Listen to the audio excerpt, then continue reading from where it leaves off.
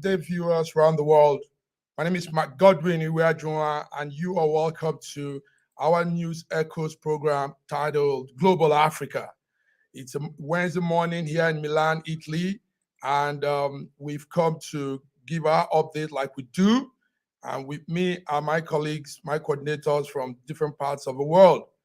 Right there in Toronto, Canada is Sir George Chukwu. Sir George, good morning.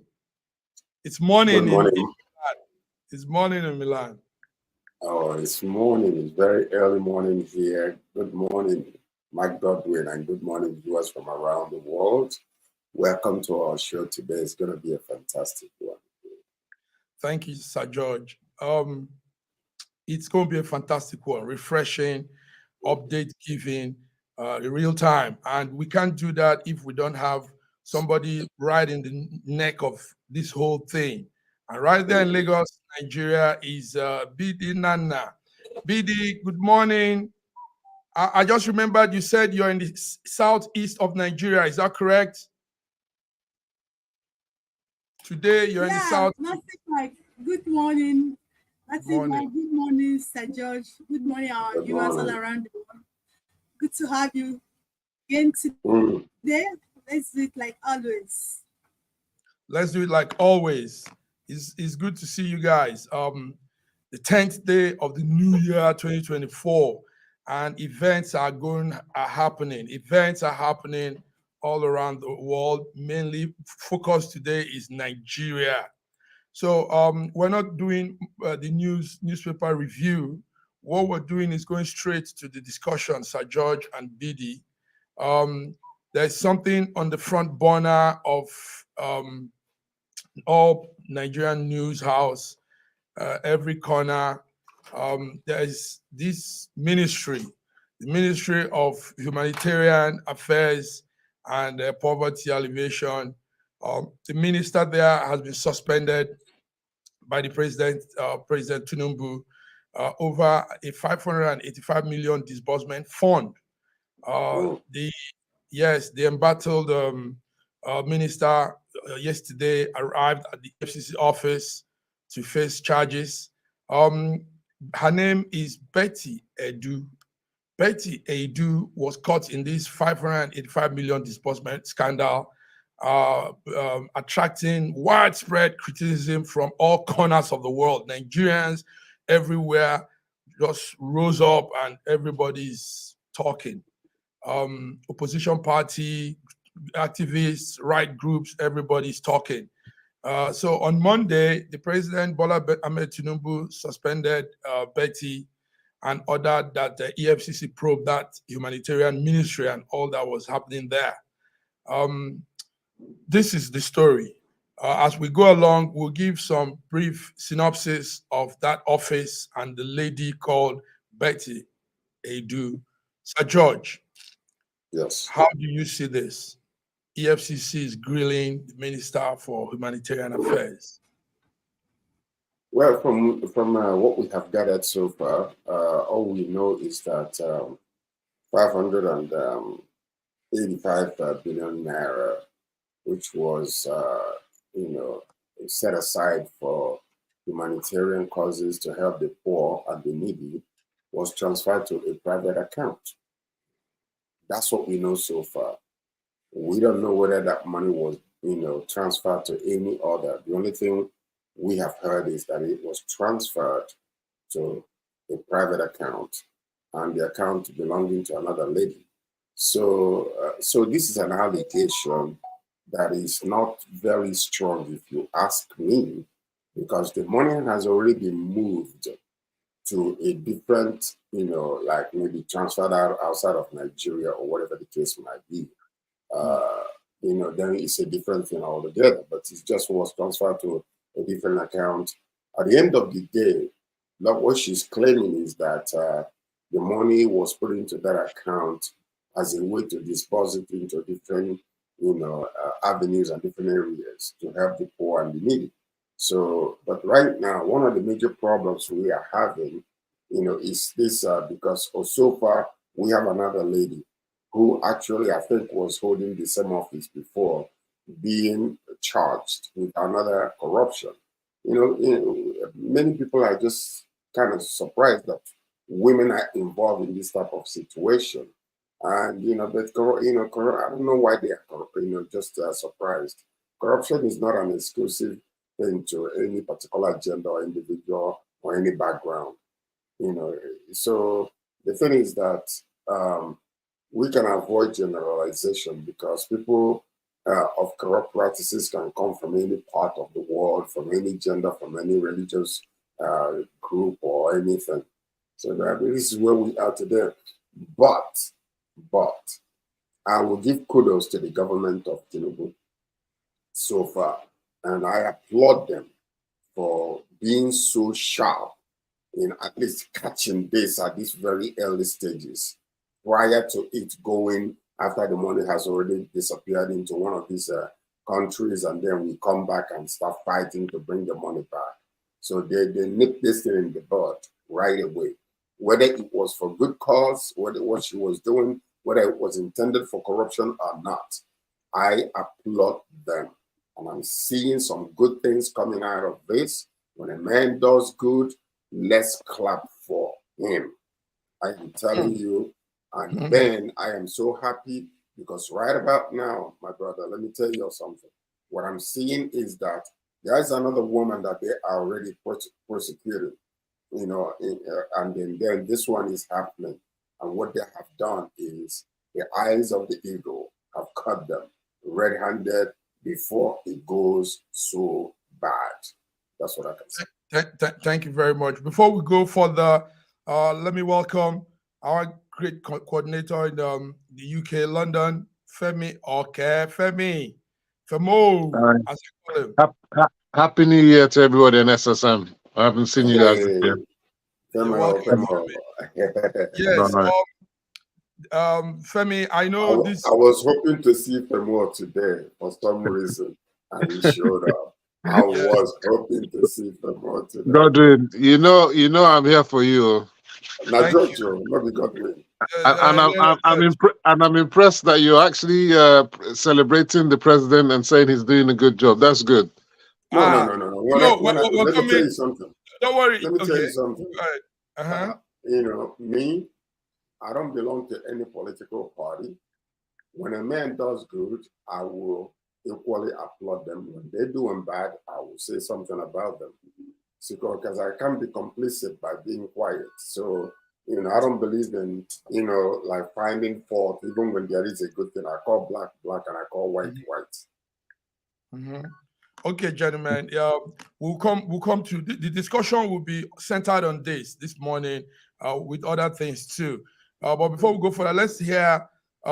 Yes, you talked about Sir George. You talked about the woman's name is Sadia Farouk. Yes, that was the former minister of that same ministry. So we're going to put a searchlight on that ministry. That's what we're going to do after you guys must have given your first take. So BD, EFCC is grilling Betty. Betty has not done well. Betty, actually, 37-year-old girl has she's done pretty good for herself. I mean, she's come a long way in trying to make a name and make some impact. I went through her resume. I was impressed with what she's done. She's been a commissioner for health in Calabar. She went to good schools. She's sound, but somehow she's not transparent enough. Honesty was still an issue with her. I mean, after having all these degrees, being there, doing a lot of things, and now this kind of thing is coming up on her. It's sad. How do you see this, BD, of your women, gender, young ladies that are trying to make a name? We used to say that women could probably change the governance stereotype we have in Africa. But now look at this, BD. What's your take? First, I'm happy with the quick response of the president for suspending her before the investigation begins. That's the first thing and the first good direction that he has taken. If you have been doing like this in the past, most of the things that have gone wrong in this country might not have gone wrong. I like the way he suspended her so that the investigation can actually begin. Now, it's talking about the women. See, we live in a corrupt world. It has nothing to do with a woman. It doesn't have a gender thing.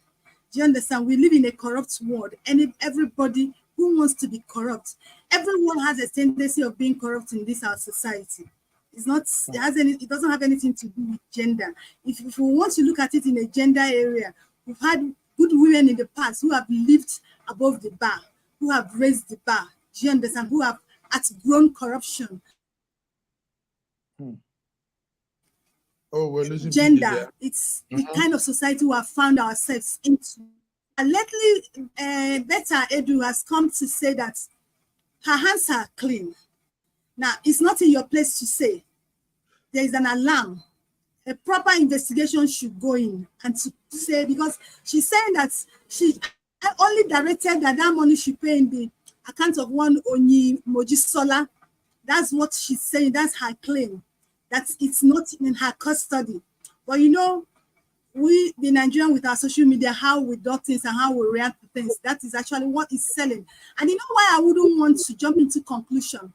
I remember there's an Alison Madeke thing when it was trending. I didn't say she's innocent, she's crime of what, but the way Nigeria over-exaggerated it, they went to the far of saying that she bought diamonds bra. It's trended. It made headline news. Well, it was true. It was true. Excuse me. It was not true. Wait, excuse me. It was not true. EFCC chairman came online and debunked that news. That there's nothing like a diamond bra. That there's nothing like diamond bra. Go and read it. It is there online. So you understand? That's why I said I don't want to rush into this. Since she has come out to say her hands are clean, that she actually directed that money to be paid in a particular account. I think what we should do now, the media people, is to get into investigating this and come out with the real thing. The thing is that most of our youth, our young people in Nigeria today, they've really messed us up. I don't blame Buhari, who said that the youth cannot actually take this country to where it's going to. Because so if I can comment somebody like her now, somebody like former Kogi governor, he was a youth. But what have they brought to the table? Nothing. Do you understand? So I'm not making an excuse for her, but what I want is there should be a proper investigation into this allegation, because it wasn't even quite few hours when this allegation came out. She came and made this that her hands are clean. So there should be a proper investigation before we can now say we'll have a story to talk about. That's just what I want to say, because it's our societal thing. Okay, yes, thank you very much. Let me make some small correction. Yes, the statement was, she said the 558 million was to be paid to a private account of a person called Bridget Onyelu. Onyelu is the name of that private account. Then also, we got some statement here that the EFCC is still grilling her now. And they told her to come back this morning. She'll be back there this morning. And for now, like George and you have said, it's still an allegation until proven. But we know that there's something fishy. Femi, yeah. Part of the accusation, again, is what we're seeing out of this story is, this is not the first time, it's not the second time. This is, in fact, the third time. The first one was to a private account also of the present Minister of Interior, Olatunji Ojo. What do you know about that story? Do you have those briefings, Femi? Well, as I will just start by saying that everybody is innocent until proven guilty. So whatever we think about Betta Edu and all the other females being accused, and even the Minister of Interior, you know, of course, there's no smoke without fire, but they're innocent until proven guilty. Now, with respect to the Minister of Interior, that one's a very interesting case, you know, because the way we do politics in Nigeria, he's showed that, you know, he's a shareholder in a company that's doing business in Nigeria, but he a long time ago, I think I can't remember how many years back.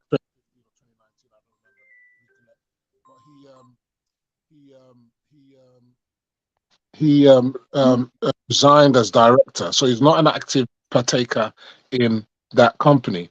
But having set up a company, do we expect that the person should close the company down just because he's been appointed minister?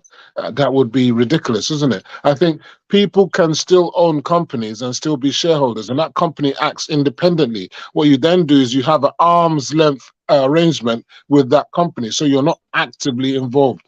But of course, in Nigeria, what I think we ought to do is that whenever any of our companies are involved in any government business, we should declare an interest. You understand? Even though he's a shareholder, he's not a director, he should declare an interest so that at least it's publicly known that I have an interest in that company and it's declared. In that way, then, you know, everything is out in the open. The company will legitimately be able to have a contract or not. So as it stands, he hasn't committed any particular crime, but openness. Okay, thank you. Yeah, that was straight and direct, Femi. Thank you, guys. I want us to do this now. We want to focus on, for our viewers listening, because we're Nigerians that really, we have this concern for our country. I want us to put our satellite now on that Ministry of Humanitarian Affairs and Poverty Alleviation. Good idea, if you tell me. We've had that ministry run since 1979 when Obasanjo had the Operation Feed the Nation. This is still in part of that concept of humanitarian support. Operation Feed the Nation was a good one, but it went a different way at a point in time. Then we had the Green Revolution at one point in time too. Then we had the Better Life for Rural Women. You all remember Babangida's wife, Miriam, the late Miriam Babangida, came up with that initiative too. All of this has really helped. Somehow, looking into reducing poverty in Nigeria should be the key of every governance. But listen to this, guys. Somehow, because that ministry has to do with funds coming in from international organizations, money coming in from charity organizations, and sometimes maybe eyes are not really put there because they feel they are helping the poor. That same ministry has become a small a corner where large sum of embezzlement run through in Nigerian governance. Yes, even though you guys are saying it's allegations so far, but Sadiq Farouk suitcase is not much of an allegation because EFCC, some underground investigators did their thing and they found out that accounts, about 5-6 accounts, had billions of money laundered into them. So what I want us to talk about now is how come a ministry that should cater to people's welfare, Nigeria has so much. The statistics we have is presently, the statistics says we have about 76% of our population below poverty line. That's the statistics for now. 76% of Nigerians are living in poverty. So if a government comes up with a humanitarian plan, that's a good thing. But why is it not working, gentlemen? George, why is that place, instead of helping these poor people, instead of doing things, rather these people that are in charge take this money? Farouk, the woman Farouk, used the money to support her husband's governorship bid in Bauchi State, and he didn't win. George, what's that's an accusation? No. Listen, we speak from the heart here. I'm not trying to be politically correct. Take note that I'm also an investigative journalist. So when I say things from my own mouth, take that's how it is. It's not allegation, it's how it is. You know? Okay, George, okay. what do you say? Okay, until the court of law finds them guilty. Listen, you guys keep saying court of law. Take note that Nigerian court of law is corrupt. Wait a minute. We know how how bad the judicial system is in Nigeria. But from a journalistic standpoint, until they are actually found guilty by the court of law, we cannot call it anything else but an allegation. You're trying That's to what be I'm saying. But correct. no, it's not politically correct. Speaking fact. Because you can't just make allegations. I mean, what it is that there's only two sides to every story. And then the accusers. Listen, George, maybe you don't know the story. George, there's 30 billion that is missing in this ministry. Where else will it be if you're in charge of that money? Who should give account of that money? We can make up our mind what we want to call it. But from a journalistic standpoint, until the woman is found guilty, it's still an allegation, whether we like it or not. We can make up our mind what we feel, whether it's factual or not, or whether it's still in the decision of being factual or not. But from a journalistic standpoint, until she's found guilty, it's still an allegation. Whether the facts are weighing against her, 90% is still an allegation. Now, the point that I'm seeing here is this. That is a weak department where money can easily come in without being detected and without being, no transparency has been. Now, let me tell you all, and I'm going to say this now, which can rub some of us a little wrong. What I said about the last election is when our current president was saying, it is my turn, it was a discussed issue, and he felt the right to claim what he thought belongs to him in spite of what we call democracy. It was a discussed issue. So when that was trying to be taken away from him, he fought back. Now, the way he got into it, we know whether it's right or wrong. What I'm saying is this. Now we are in a modern times. There are things that has been done. He's not the first one that did it, and he will not be the last that will do it. The reason why I'm saying this is because in the past, they can feed us whatever they want to feed us, and we'll buy it, just like what they say. But now we have a system that can detect such things so that when you are doing it, you might be claiming you're right, but everybody will see transparently that what you have done is wrong, and they condemn it, and they will not hold you, they will hold you accountable to it. This is what you are seeing here. It's been done before. It's been done before. There's something that Femi just posted. I read it before we came into this meeting. It's talking about corruption is so endemic in Nigeria that because everybody almost is difficult when you find somebody who is doing well and is transparent, it becomes like an abnormal thing. No, for people to be corrupt in Nigeria and steal and do whatever is a normal thing. That's part of the reason why when Biddy was saying, oh, youths are doing this and youths are doing that, it is the elders that are teaching them. You know a corrupt fish when it starts thinking from the head. So what we are seeing today is eyes are opening, okay? And then they're detecting some of these, loopholes that they have been using.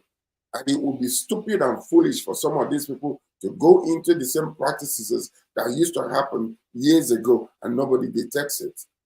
All the eyes are open right now. So that's what I'm saying. Eyes are open. It's obvious. BD, we are talking about the Humanitarian Affairs Ministry, how that initiative could really help. I mean, that should be the core of governance, helping people get out of poverty, taking care of the citizen.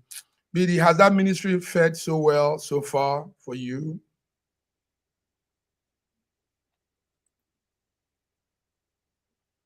Okay, I think BD's network. BD, did you hear me?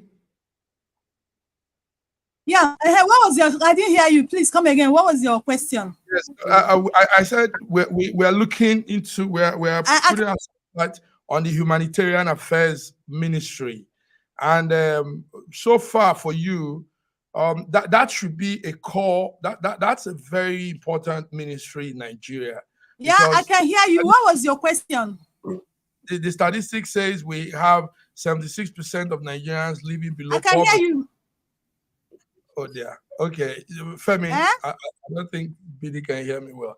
Go ahead. What's your take on humanitarian ministry, the humanitarian affairs? So what was your question? What was your question, please? I didn't hear you. Okay, Femi, I think she's not getting me. Femi, okay, go ahead. Yeah. For me,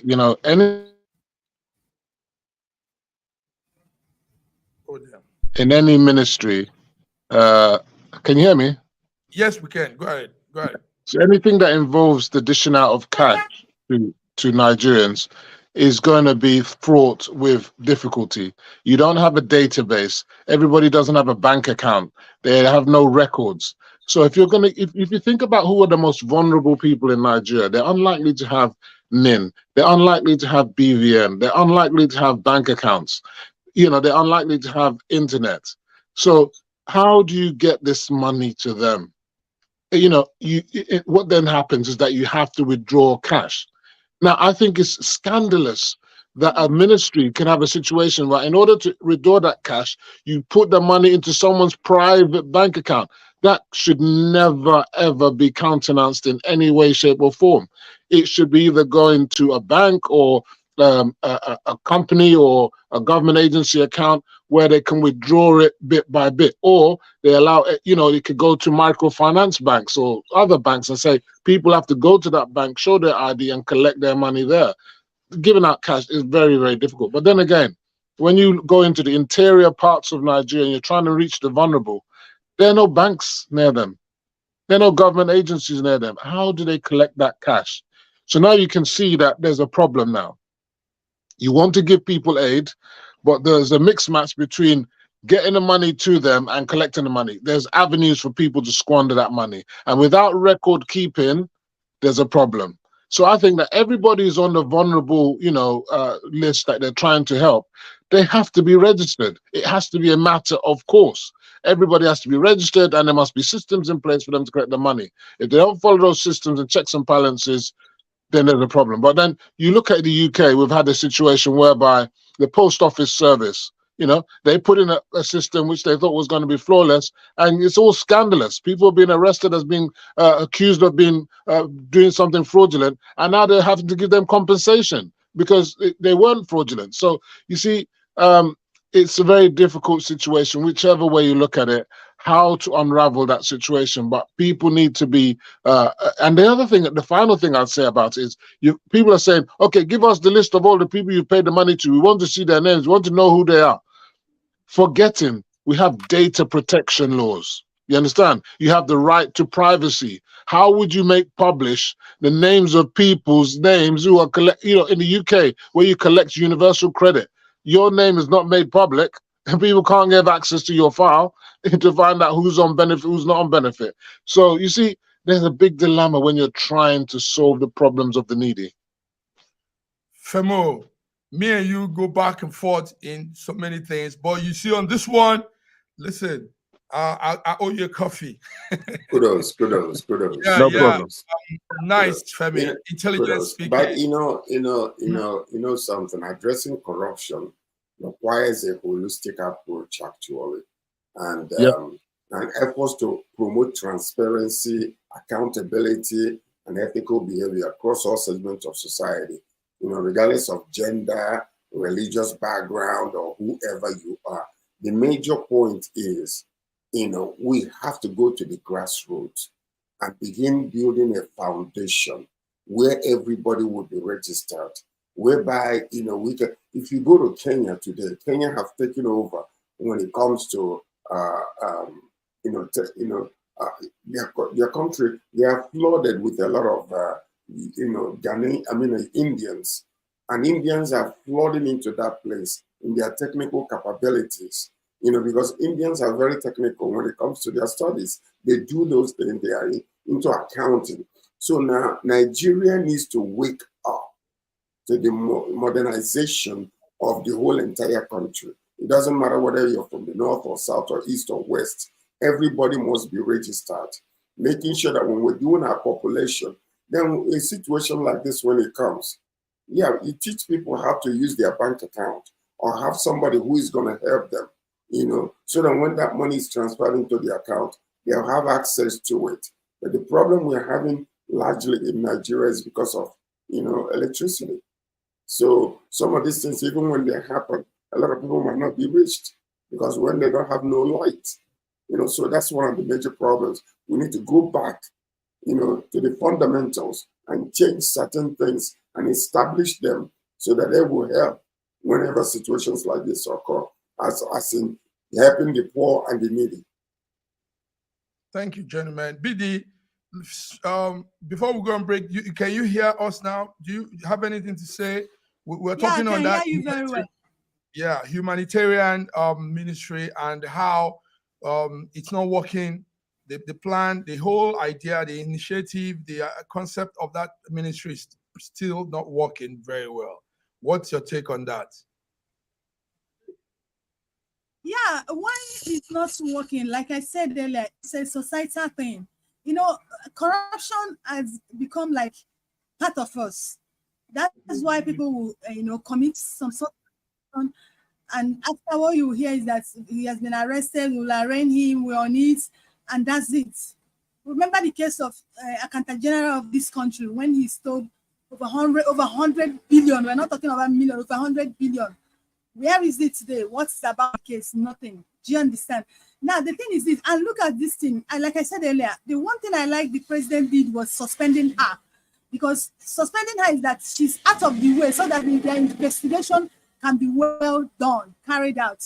Now, another thing I'm looking at is this, the Minister of Interior. That is his ministry, the Minister of Interior. And he has been signaled for this corruption of collecting about 438.1 billion naira of consultancy fee. Betta Edu to his personal own company. And he has come out to say that for over years, he's no longer the director of that company. Now, let me tell you the scenario here. Over the years, even before you, when you were not a minister, the government never gave that something planet. They never gave that Planet Projects Limited. They've never given them any contract. But now you become a minister, they start giving that Planet Projects contract. Now it is, you know, that's not true. Nigeria, wait, let me finish. They'll tell you it's not about what you know, but it's about who you know. Do you understand? It is based on the relationship he has with Betta Edu. Still under investigation, but I'm just telling you what me I assume. It was based on a relationship he has with her that made her pay his company, Tunji company, that amount of money. And what I'm beginning to see now is that they are trying to remove Minister of Interior out of this corruption. No, it can't be done. If you do that, which means you will not get to the root of this corruption. This is his ministry, and his company has been signaled. Everybody must be involved in this, and the investigation must carry out. All of them should be probed. Even him, he's supposed to be probed because he has been signaled, and it's his ministry. If we really want to get to the root of this, do you understand? Letting these people have Thank you very much. That another person will come. Very good. Very good, BD. BD, you put it out as it is, the way you see it. Thank you. Gentlemen, let's go on a small break. We'll be back. We are still talking news echoes this Wednesday morning, viewers, and we're looking into the corruption case at Humanitarian Ministry and all that centers around it. So let's come back, gentlemen. Thank you.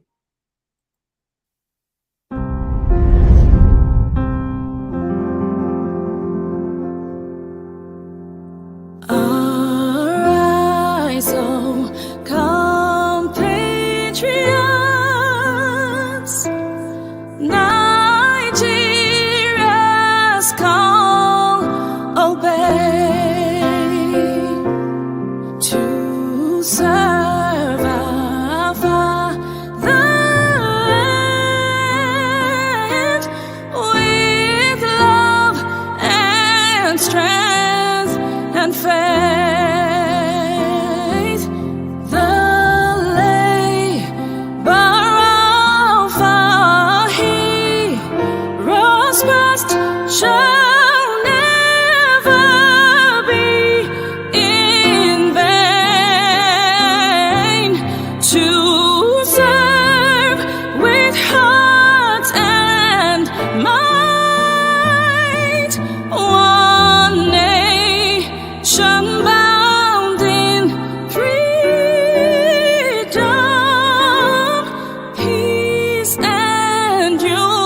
country has some of the most extraordinary culinary diversity in the world. I'm talking about Nigeria. This first dish is amala abula, made popular by the Yoruba people in southwest Nigeria. It starts with amala made from dried yam and then is covered in a variety of soups. Next we have ofe nsala, a white soup that is synonymous with the Igbo people of southeastern Nigeria. It goes best with fufu, or akbo as the Igbos call it. Next we have suya, the most well-known food of the Hausa and Fulani people of northern Nigeria. Meat is covered in a peanut-based powder called yaji and cooked over an open fire. This is banga and starch, a classic of the Urhobo people of Delta State. Lastly, we have onunu, a plantain-based swallow of the Izon people in south-south Nigeria. We are eating it with fisherman soup, popular throughout this whole region. And of course, we don't forget the jollof rice. This is popular everywhere in Nigeria. I think what makes Nigeria so great is the diversity of all the different people coming together. These beautiful ethnic groups living side by side, sharing culture and cuisine is what makes Nigeria such an amazing country to visit. Nigerians should be so proud of that cultural heritage, as there is so much more that unites than divides them.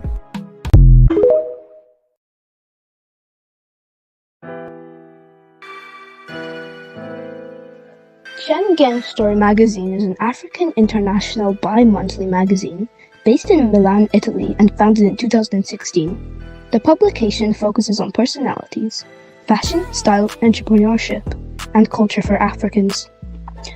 Though articles on food, movies, fitness, music, travel, sports, technology, and books are also featured. Our lives full of best stories. A lot can happen in a month. Expand your mind, change your world.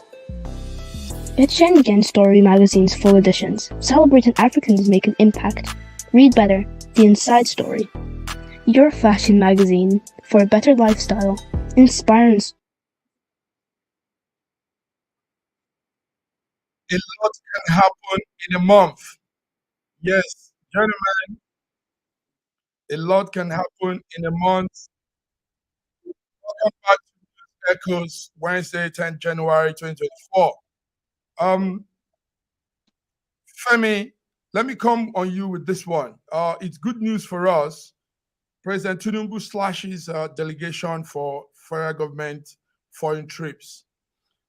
We had last night, the media person was speaking. He said the directive means that 60% of 6% slash of across the board, and it affects all MDs, all office, the office of the presidency, the vice president, and even the first lady. The media publicist said this means that when there is an international trip, there's a limit to those that will go with the minister and a limit to those that will go with the president. So let me just put it to you, Femi. How do you see this? Because we were just complaining of those huge number going to Saudi Arabia, huge number going to the UK, to America for United Nations meeting, and there's something I know you guys know, there's something called Esther Code that is like an allowance that is paid to each of these officials when they make this trip. And that's one angle where so many government officials make good money. Femi, slash income. So I think that people have been complaining about the number of vehicles following the presidency and the number of people that went to COP28 and so on and so forth. What I want to say, up front, is that we had 8 years of President Buhari, who I call Baba Goslow. I'm an APC supporter, but I call him Baba Goslow. He wasn't a listening president. You cry, and whatever, he would never change his mind. There's allegations that this minister did this person did that one. You just go sit down there, not go say anything, and nothing will happen. But here you see a president that something is happening. So whether you hate him or loathe him, you love him or loathe him, you can see that definitely this president is actually taking action. Now, with regards to this, I think that it's a good thing. They should cut down on the number of people. I think some of them are not meritorious. They shouldn't be on those trips, and they just use it to just get a free holiday and a free pass and enjoy Esther Code. However, what mustn't be compromised is the security. So there shouldn't be any suggestion that security detail should be reduced in any shape or form. If the presidency has to have 20, 50 motorcades to protect the presidency or the governor or whoever, that must be sacrosanct. And any suggestion otherwise is duplicitous and wrong. And the reason why is we've had President head of state Murtala Mohammed assassinated in this country. Okay, you've had things happening in America, Kennedy assassinated. You cannot compromise our democracy. So security is sacrosanct. The restriction on officials is fine. But on the security detail, there should be no compromise whatsoever. That's my view. If we want to continue and protect our democracy. Security detail is your own look. Good. That's pretty good. But also take note that we Nigeria exaggerated our security detail for our presidency. It became too outrageous because they feel somebody's coming to get them. Somebody's coming. But in some cases, nobody's coming to get you. I don't know. It's nothing to do. It's nothing to do with that. Do you know the number? Do you know the number of people following President Biden? And the thousands. If you're going on a location, hold on, just a minute. If you're going on a location, do you know the forward delegation that goes to secure the place before the president or anyone gets there, and the people that are going to follow him? The necessity is that it will be large. I mean, you can't play with the sanctity of our democracy, and for me, people are just making noise on that one. There's no way when it comes to security. As with the officials, a lot of them shouldn't be there, and there's no need for them to be there. And I agree with that one. Well, but here in Europe, Femi, you're in Europe. Here in Europe, most prime ministers go with just 2-3 security. I mean, in Holland, the prime minister goes with a bike, and you sometimes there's nobody even with him. Here in Italy, our prime minister goes with just one security in front of him, and another one. The risk factors are different, and I want to tell you that if anything was to happen to any of those presidents, you will know now that immediately there'll be a shift in gear. It doesn't happen like that everywhere in the world. There must be security, and the persons concerned must be secure. George, what do you think? The presidency has slashed its delegation for foreign trips, and he says there has to be limits to even the president's wife. Will be having just 5 people around her when she travels. And George, what's your take on? I'm going to tell you a story. There was a governor that came from Nigeria a few years ago here, and from Enugu State. So I was invited to take him out to lunch. So when we were going, and I was supposed to meet them at the restaurant. He wanted to eat a local food. So, and then he kept on clamoring, oh, I hope there is security there. I hope there is this, and I hope there is that. I say, with all due respect, sir, Your Excellency, you will be in this restaurant and everybody will come and eat and go. They won't even recognize you. This is Canada. This is not Nigeria. And he got offended. He got offended. And I told him, I said, listen, all we have to do in respect to what Tinubu just did, like what Femi said, he is a listening president. And let me correct one thing that he said. He said that Buhari was not a listening president, that he would ignore instructions and all those type of things. It's because Buhari did not know what to do. Let's state facts. He didn't know what to do. He was the most ignorant president of Nigeria. I'm sorry. Because if he's somebody who thinks and somebody who listens and understands the instruction, then you know what to do. You can't be expecting an answer from somebody who doesn't even know what the questions are. It's very unfortunate that we allow that to happen. But what we are seeing here is a man that listens, a man that pays attention to the concerns of the nation, and he listens and he takes action. I applaud the current president for that. I do. Now, we have to be in the middle. There is no need being tangent in doing things. When you're traveling, you have thousands of people that the government is sponsoring, or even private citizens. We don't know who's paying for all these things. You know, everybody will assume that the government is paying. So in essence, really, I think I applaud what he is doing.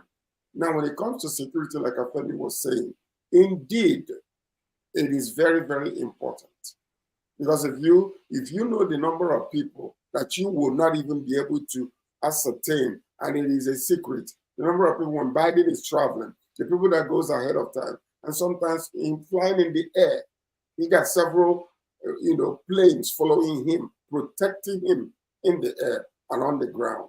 So it is important, but we have not come to that point. But because of the diverse political ideology and interest in Nigeria, it is very, very important that our president is protected when he is in a foreign land. So we cannot compromise in that area. So I agree with him 100%. Because you don't know where the madman is going to come from. You don't know. So we have to be ready. We don't know. We don't need it after it's done, and then we'll start correcting it. So I agree with him 100% on that area. All right, then. Thank you, guys. Nice one. Gentlemen, we are news people, so we don't bring emotions or look at things from any angle. We just say it as it is. Presently, there is a BBC documentary on a pastor in Nigeria. I know most times people don't want to dabble into spiritual talk, church and pastors, but we are going to talk this as media people because the documentary is out. We didn't do the documentary. BBC did the documentary, and it's mind-blowing. The British Corporation released a three-part investigative documentary outlining alleged atrocities and sexual crime that is attributed to the late pastor Temitope Balogun Joshua, known as TB Joshua. TB Joshua died in June 5th, 2021, and BBC interviewed about 30 former workers, members and workers of the Synagogue Church of All Nations, where the pastor was presiding before his death. Now that clip, I've seen the three clips, and to tell you the fact, guys, it doesn't look good on that ministry. As at this morning, DSTV, the church Synagogue Church of All Nations has been taken off the cable network of DSTV and GOTV. I don't know. Those are some big TV stations, network in Africa. And the story goes on and on and on. Now, George, I know you're a man on the pulpit also, and I know you don't like to talk about pastors, but we're talking about this from the journalistic point of view. How do you see this? What's your take on the documentary coming out after the man is gone? Why didn't these people come say this when he was alive? Why are they speaking now? And why is BBC running the documentary on Nigerian on this sexual crime, and BBC has not done the same thing for Jeffrey Epstein in America? That was a pedophile that was sleeping around with women, little girls, and was involved with some big names in America, Donald Trump, Clinton, and all the rest. George, what's your view on this? What's your take on this documentary? Well, you talk about a man of God, and I'm not, I was not a fan of TB Joshua, because, in Christianity, you have different, flavors, if you will call it that. You have Catholicism, Presbyterianism, Protestantism, Methodist Church, and all those type of things. I'm a full gospel man. And so one thing about it is, I will give you a perfect example. After the resurrection of Jesus Christ, he asked Peter 3 times, do you love me? And Peter said, yes, that I do. Filial you, I love you like a brother. You agape me. He said, I love you like a brother. But eventually, after the whole entire thing, he told Peter, prophesied to Peter how he was going to die. When you're young, you can go wherever you are and when you want to. But when you're old, they will carry you to where you don't want to be, which we saw happened when Peter was killed. He didn't want to be crucified right side up. He was crucified right side down because he chose to do so because he didn't feel himself worthy to be crucified just like Jesus. But the thing about that story is, when they were now living, Peter now turned around to Jesus and said, what about this man? Talking about John, the apostle. He said, what is that to you? What is that to you? You follow me. And that's exactly what I'm going to do here. I'm just going to follow my Lord and Savior Jesus Christ. One thing about this, it doesn't look good in the institution of Christianity. When stories like this come out, it tarnishes the image and can actually deter some innocent people that might have, given their lives to the Lord. And that is my take on it. I hate news like this, and we all, that to whom much is given, much is also required. Therefore, let's be careful out there and see how we conduct ourselves, especially when we are called to quote-unquote men of God or those who are on the pulpit. Thank you, George. I know you're picking your words, trying to be very Femo, you are a businessman, politician. You're not a pulpit man. But how do you see this? BBC has run this documentary. It's going very, very viral on the BBC platform. You have millions of people watching it still till now. The 3 clips, I saw it, and it doesn't look good at all. Femo, what's your take on that? Yeah, I mean, yeah, we talk about fire on the mountain. This is really a disaster. But what I mean, and you can't take away the testimonies of all those women that were speaking. Are they all in a conspiracy lying? This is the thing. They can be on lie detector test to test whether there's truth in what they're saying. The thing is, many of our pastors, many of these pastors, I'm not going to mention any names, are quite scandalous, in what they're doing. Even some of the big names, I don't want to mention them here. They portray one thing on the outside, but what's happening behind? And we know from history that a lot of these people, they have a situation where there's a cult. The actual church is like a cult. You understand? It's not actually a church anymore. It's about the cult of personality and everything. Pastor. You understand? And that pastor is human, after all. And when these transgressions are happening, the only sad thing is that they didn't come to revelations until the man had passed away. If they had come when he was alive, then maybe he would be out to answer them and maybe face the consequences of these actions.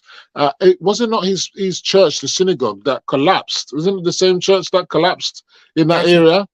And there's a whole load of who was prosecuted for that. You understand? The building was built, under false, the engineering, and God knows what was happening. Has anyone been prosecuted for that? Has there been compensation for the victims? I think the church itself as a whole, because of the pastor, may have to look at putting compensation together. I mean, if it was any other country, these people will have a class action. They'll take the church to court, and maybe they'll get compensation. So we have to look at these things. Really, it's not good. It doesn't look good, and I think government needs to look more into the overseeing the regulation of religious houses. These things are not happening just in Christianity. There are some mosques and stuff that have some people say are some dodgy kind of scenarios as well, where people are again forced to stay in a place and they say they're under protection or whatever. They can't leave. We saw what happened in Kenya. People were actually killed. Hundreds of people killed by the pastor. Religion is a tough one. It's a tough it's supposed one. It's supposed to deliver people from their misery, but it looks like it's creating more misery for some people. Yeah, that's true. The 3-part documentary exposes the lifestyle of that founder. It also it detailed some instances of abuse, harassment, sexual manipulations, rape. And the funny part was they said they showed some staged miracles, as they claim. And sources has informed BBC that although the church was aware of these allegations, they never investigated, like you said. And they allege that the sexual crimes also spanned for almost 2 decades, 2 decades, these were going on. And the women, like you said, were expressing it the way it was. George, one of the major issues is, like Femi said, these are people, these are men. One of the major problems we have, we have in Nigeria let me just use Nigeria or Africa as a whole, we deify pastors. When we deify pastors and make them mini gods, what happens with that is you see people holistically put their lives in the hands of humans. And what is happening with that is all of a sudden they manipulate it to the point whereby whatever these people are doing or saying, people are believing. Every Christian is accountable to what they receive as in message, as in behavior of their leaders. So you can actually, if they're messing up, cry out. But what we have seen here is almost like all these top secrets. Why didn't they come out? But there was one of them that said that when she left, she was being followed and they were afraid of their lives. So this is what we are looking for. Look at the many years of abuse from the Catholic Church. Young boys being sexually abused and married women and all those type of things. They ought not to be, not in the body, not in the church as a whole. So I believe that, these things need to be looked into, and they need to be looked into with fine-tooth comb to ensure that there is a line given whereby transparency can be, but the only thing is that when you do that now, you see quite a few number of people that will come because they are mad at the pastor or whatever. They will start, bringing allegations that are false. So we have to make sure that we find a way where we can be balanced in the views to protect the people and then to protect the clergymen also. Protect the people, protect the clergymen. Thank you, guys. Let's round up, guys. Time runs very fast. But there is this story that caught my interest because I know we don't look into that aspect much in Africa. And that's that the Nigerian government destroyed about $11 million worth of stockpile of confiscated elephant tusks. And it was just destroyed, Now, the environmental minister told the press that they were trying to send a clear message to illegal wildlife trade. It's no more to be tolerated in Nigeria, But my take there is that those elephant tusks are it's big money. It's elephant tusks are, it's not in the first place, European white people don't do those things to animals. You don't have those things done to them. Remove their tusks, won't kill them because of it. Now we have that stockpile, and instead of looking how to make something out of it, they burnt it and threw it away. Femi, you look into international issues. How do you see? Did you hear that news? It was out there. I think that's a good thing to do. It's a deterrent to those who are destroying our ecology and our wildlife. Look, if you ask Nigerians, you ask them, do we have lions in Nigeria? They will think, what are you talking about? We have lions in Nigeria. We have wild boar, we have elephants, we have giraffe, we have even gorillas. I was watching a program about gorillas and not knowing that we actually have gorillas in Cross River State and so on. But guess what?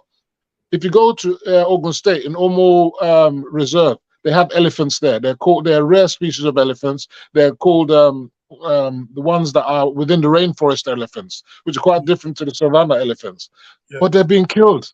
They're being because of farmland. Yeah. So what I'm saying is, I don't think as a nation we're taking our ecology properly and our wildlife properly, and it's a big problem.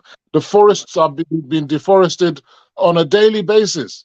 The habitat for these people are being destroyed on a daily basis. We are in danger of turning much of Nigeria into desert the way we're going. So wildlife helps the ecology, helps the planet. They're there for a reason. And also it can lead to ecotourism, which we definitely need. We need a lot of that. Look how many millions of people go to Kenya, go to Tanzania, go to South Africa to just look at animals. We have these animals in Nigeria, but you go to Yankari Game Reserve and see whether you find any animal there. You understand? Go to Obudu Ranch, see how they've messed up that place. We're not taking these things seriously in Nigeria. Yes, but my take, Femo, is that instead of destroying those stockpile of those things, those could have also, government could have confiscated them and probably hold on to them and look for sales for it instead of just burning it and discarding it, you know, because those are, elephant tusks has so much value, do you know? But if we do that, then you're encouraging the practice. People know that there's value in it. Let's go for it. The thing is, in places like Zimbabwe and some parts of Southern Africa, they're actually selling theirs because they've got excess population of elephants, you know. But we don't have that in West Africa, and we need to conserve those animals. Okay, your views are good too, George. Anything? 1 minute, George. Our time is up. George, do you have anything on that? Elephant tusks. I think burning it publicly, you know, tells a huge story and leaves a trail of transparency, you know, because when you want to confiscate them and then want to try to sell them, that, you know, it opens the door for all kinds of corruption and everything. So it tells it's a direct story to those that are doing this, that it is intolerable. That whether you call it a lot of money or not, to us, when you abuse these animals and try to destroy the ecosystem in Nigeria, it's not going to be tolerated. So I'm in agreement with burning those things publicly. Wow. In agreement in burning those things publicly. Okay, your views count. That's your view, and it sounds good too. Femi Oke, London, UK, George, Sir George Chuku, Toronto, Canada. Thank you guys for coming through. We lost BD somehow, I think, our network. You guys have done so well. Thank you very much. We had quite some number of viewers from around the world. Yes, we thank you. So till we'll come again, I know Femi might not be here. Friday, we'll be looking into international issues. One love, guys. Thank you. Thank you, guys. Yes, thank you for coming. Long live Nigeria. Amen. Nice. Long live Nigeria. Amen. One Nigeria and a better Nigeria.